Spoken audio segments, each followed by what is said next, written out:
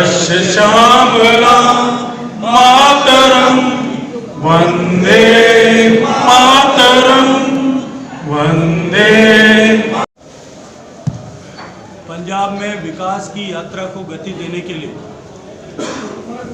हजारों करोड़ रुपए की परियोजनाओं का शिलान्यास और शुभारंभ करने के लिए आने वाले। उसी के साथ साथ में भारतीय जनता पार्टी के चुनावी आगाज को प्रारंभ करने के लिए करने के लिए भी माननीय प्रधानमंत्री जी के नेतृत्व में एक विशाल रैली का आयोजन भारतीय जनता पार्टी पंजाब प्रदेश ने किया है। पूरे पंजाब में जिस तरह के हालात हैं, इस रैली को लेकर के जितना उत्साह पंजाब के हर एक विधानसभा क्षेत्र में और पूरे पंजाब में आम जन का समर्थन जिस तरह से गांव-गांव, ढाणी-ढाणी और शहर में, मजरे में, टोले में भारतीय जनता पार्टी को मिल रहा है, मैं विश्वास के साथ में एक बात कह सकता हूं कि 5 तारीख को पंजाब के राजनीतिक इतिहास में एक नया अध्याय स्वर्णाक्षरों से लिखा जाएगा, एक नया कीर्तिमान स्थापित होगा। और मैं जिम्मेदारी के साथ में ये बात कह सकता हूं कि पिछले 30-40 साल के इतिहास में किसी भी राजनीतिक पार्टी ने पंजाब में इतना बड़ा प्रदर्शन, इतनी बड़ी रैली नहीं की होगी। उतनी ज्यादा संख्या की रैली जो है वो पंजाब में होने वाली है। पूरे पंजाब से जो कुल मिलाकर के आकलन किया गया उसके अनुरूप 3500 से ज्यादा बसेस में बैठ करके लोग इस रैली के लिए उपस्थित होंगे और उसके साथ हजारों की संख्या में छोटे वाहनों से और ट्रैक्टर से भी लोग इस रैली में पहुंचेंगे। इस तरह का भरोसा और विश्वास लोगों ने दिलाया। मैं ये मानता हूं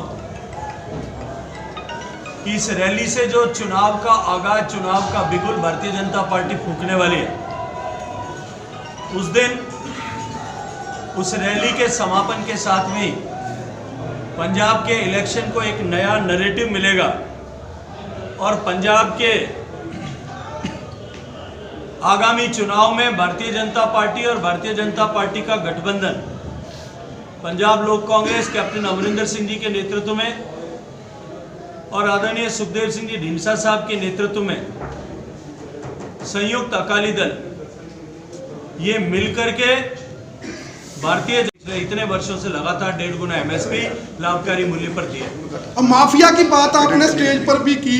कांग्रेस कह रही है कि जिस ड्रग माफिया की, जिस रेत माफिया की बात आज भाजपा कर रही है, जब ये माफिया पंजाब में आया तब भाजपा भी गठजोड़ में थी अकाली दल के साथ। पिछले 4.5 साल से 4.25 साल से पंजाब में किस पार्टी की सरकार है?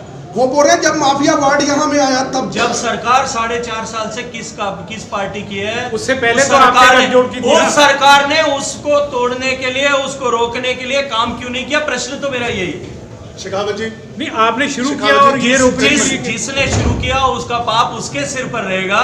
अकाली दल के नेतृत्व में सरकार काम कर रही थी, लेकिन प्रश्न ये है कि 4.5 साल से कांग्रेस की सरकार क्या काम कर रही थी? शेखावत जी, भास्कर से जिसका मेरे से 2 सवाल है। पहला ये है, सीएम कल को गवर्नर हाउस पर धरना देने जा रहे हैं अपने मंत्रियों को साथ ये आरोप लगाते हुए जो 36,000 मुलाजिम पक्के किए हैं जहाँ और अन्य फाइलें हैं वो बीजेपी के दबाव में गवर्नर ने रोक रखी है, उनको क्लियर नहीं कर रहे हैं। आप क्या इस आरोप क्या कहेंगे? मुझे लगता है कि इससे बड़ा झूठ और कुछ नहीं हो सकता। ये केवल राजनीतिक प्रपंच जो है वो पंजाब की वर्तमान सरकार और उसके मुख्यमंत्री कर रहे हैं। केवल छल करना, लोगों को झूठे वादे करना, झूठे प्रोमिसेस करना। अब आज पूरे पंजाब के सामने वो बेनकाब हो।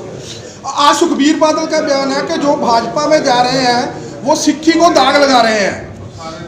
मुझे लगता है कि इससे ज़्यादा जो है किसी लोकतांत्रिक देश में इससे ज़्यादा जो है हल्का विचार किसी का नहीं हो सकता। और ये अपने आप में पंजाब के जो 40-42% दूसरा जो समुदाय है, जो हिंदू है और अन्य संप्रदाय को मानने वाले लोग हैं, जो क्रिश्चियन है, मुझे लगता है कि उनको विचार करना चाहिए, सोचना चाहिए कि अकाली दल की मानसिकता क्या है और उस मानसिकता के साथ में उनको कितना सहयोग करना पंजाब की जनता चाहती है। पंजाब में जो रैली हो रही है, पंजाब में जो रैली हो रही है, आपने बोला कि गंगानगर से बसें आएंगी भर के उनके नहीं खाली आएंगी बसें, खाली आएंगी, बस नहीं मिल रही है पंजाब में, खाली बस। हिमाचल से खाली बसें आ रही है, बस मांगी है, वहां से बस किराए लिए, वहां से हरियाणा की रोडवेज की बसें, खाली बसें वहां से लिए किराए पर। कांग्रेसी सब ये आप समझ रहे हैं, ऐसा मत लिख देना कहीं कि हमने कांग्रेसी बोली। एमएलए सब खाली लिए वहां से। कांग्रेसी एमएलए के बीजेपी ज्वाइन करने पर सिद्धू ये आरोप लगाते हैं जितने भ्रष्टाचारी हैं वो सब बीजेपी में जा रहे हैं।